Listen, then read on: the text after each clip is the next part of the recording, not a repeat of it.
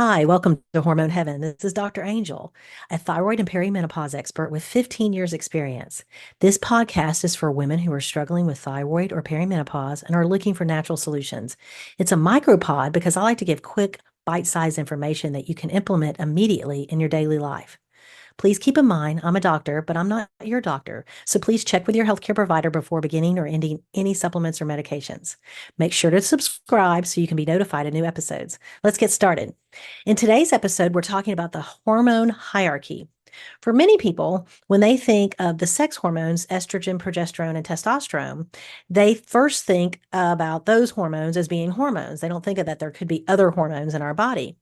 However, there are, and they're further upstream, which means they actually affect the estrogen and progesterone and testosterone as well. So if we don't balance those other hormones first, then working on your sex hormones is going to kind of be counterproductive. And the way we address those in alternative or functional medicine is referred to as the hormone hierarchy. And I believe that the hormone hierarchy actually equals hormone heaven. So if you can get that hormone hierarchy balanced, then you are going to feel like you're in heaven. Everything's going to be working well. Now, the primary hormones in the hierarchy, the hormone hierarchy, from the bottom up are cortisol, insulin, thyroid, and then the sex hormones. So the sex hormones are actually the last hormones to be balanced. We have to balance all these other things first before the sex hormones can be balanced. So, what is critical to understand, however, is that you can't adequately address secondary hormones until you've addressed primary hormones. So, secondary hormones are those sex hormones. So, we're going to take a look at them now in order on how you want to work on them. Okay, so remember, we're starting with a hormone hierarchy, and the first hormone we work on is cortisol. Cortisol is produced in our adrenal glands, are right on top of our kidneys, and they're basically our energy source in our body. Cortisol is often called the stress hormone. When we get stressed out, cortisol comes out. It sends a message to our brain that we are not safe.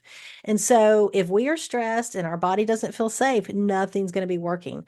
So, we're not going to have energy, we're going to be tired. We're not going to produce sex hormones because the adrenals, by the way, not only do they produce cortisol, but they produce estrogen, testosterone, and progesterone as well. So we need to have this cortisol working well. If it's not, it's going to keep you from sleeping at night. So what do you do? What do you do to work on this cortisol?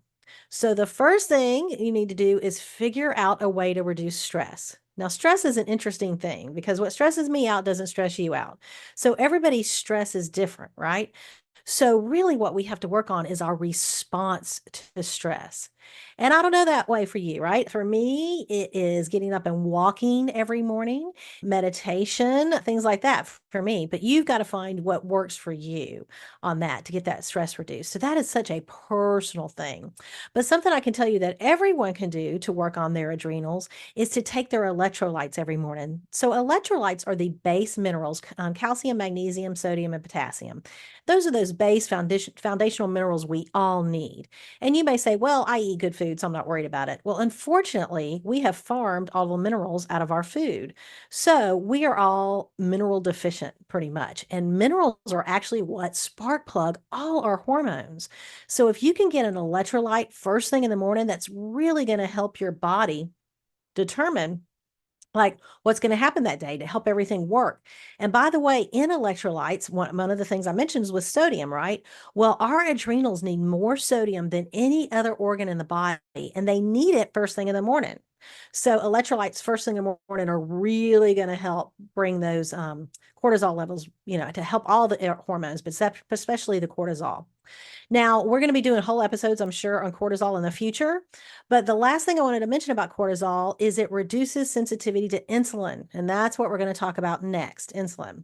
So, most of us are insulin resistant. If you listen to the first episode of this podcast, I talked about how I went to the doctor and he said, you're insulin resistant and you're never going to get better. Well, fortunately, that did happen. I got better. But so you can recover from that. But when insulin isn't balanced, nothing else is above it, right? So we're talking about the thyroid and the sex hormones. We need to make sure that insulin's balanced not only for the hormones, but also for the Alzheimer's brain aspect, brain fog, things like that. So What's been discovered in research is that every time we have an insulin spike, so every time our brain spikes because we've eaten sugar or carbs or something like that, it causes these amyloid plaques in our brain. Well, those are what they believe is partly behind Alzheimer's. So even if you're not diabetic, you can still be insulin resistant and causing these problems to your brain. And the first thing that you notice is like brain fog. So a lot of times when people have brain fog, it could be cortisol, it could be insulin, it could be thyroid too, but it's usually something going on with the hormones. Now, what can you do for insulin? Listen, if I had a magic wand, I would say that everyone should eat protein for breakfast in the morning or the first meal, whatever your first meal is, whenever that is.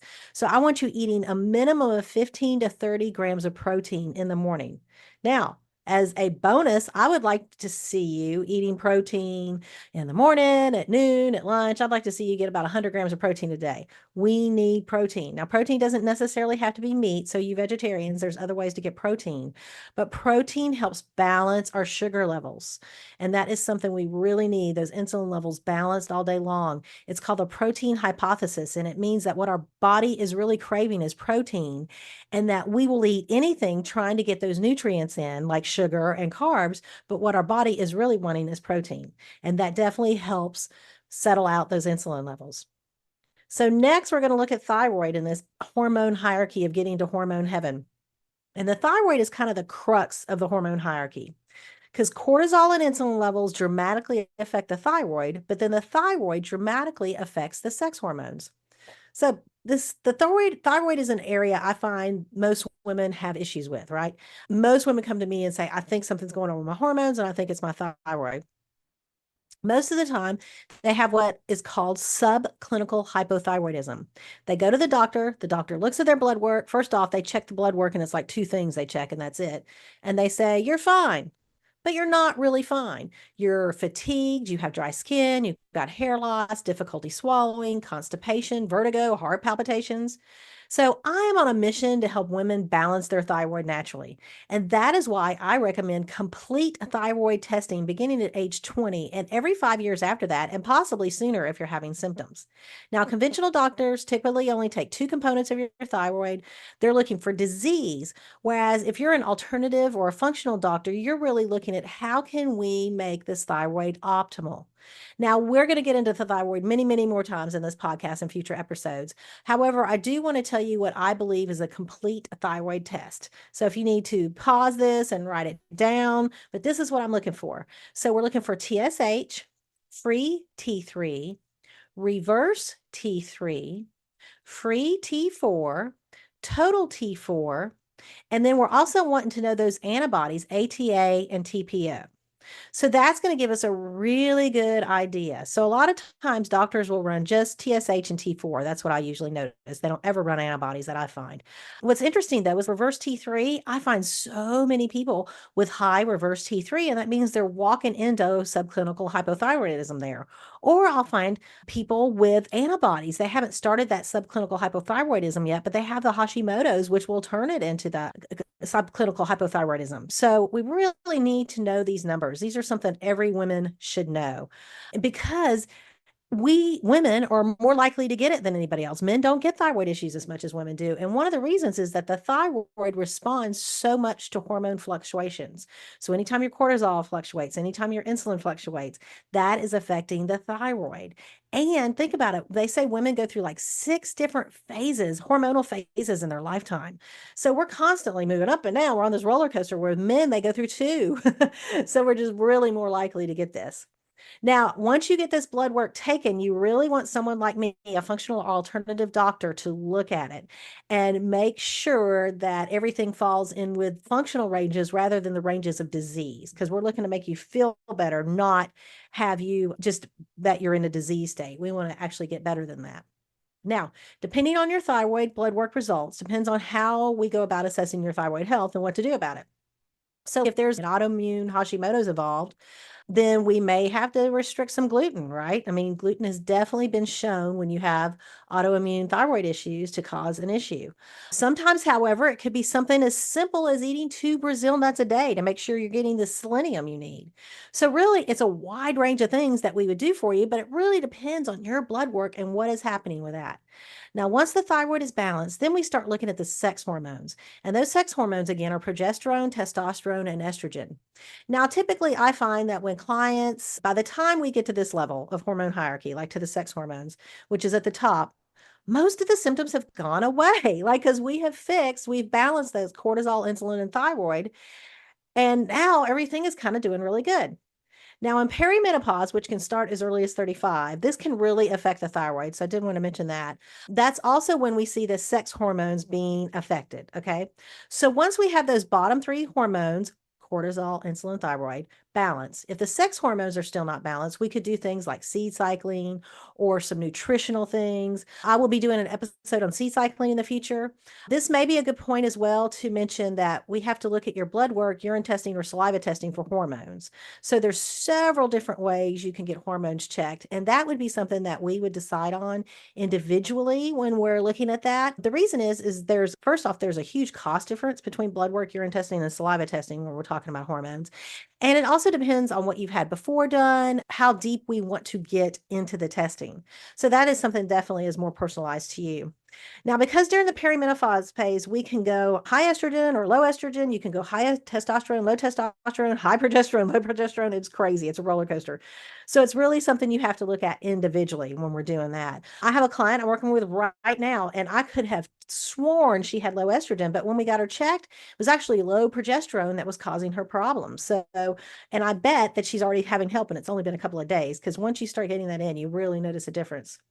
Now, days to check your hormones. If you're checking hormones through blood work, the best days to check it are days 19 through 21 of your cycle. So think about this.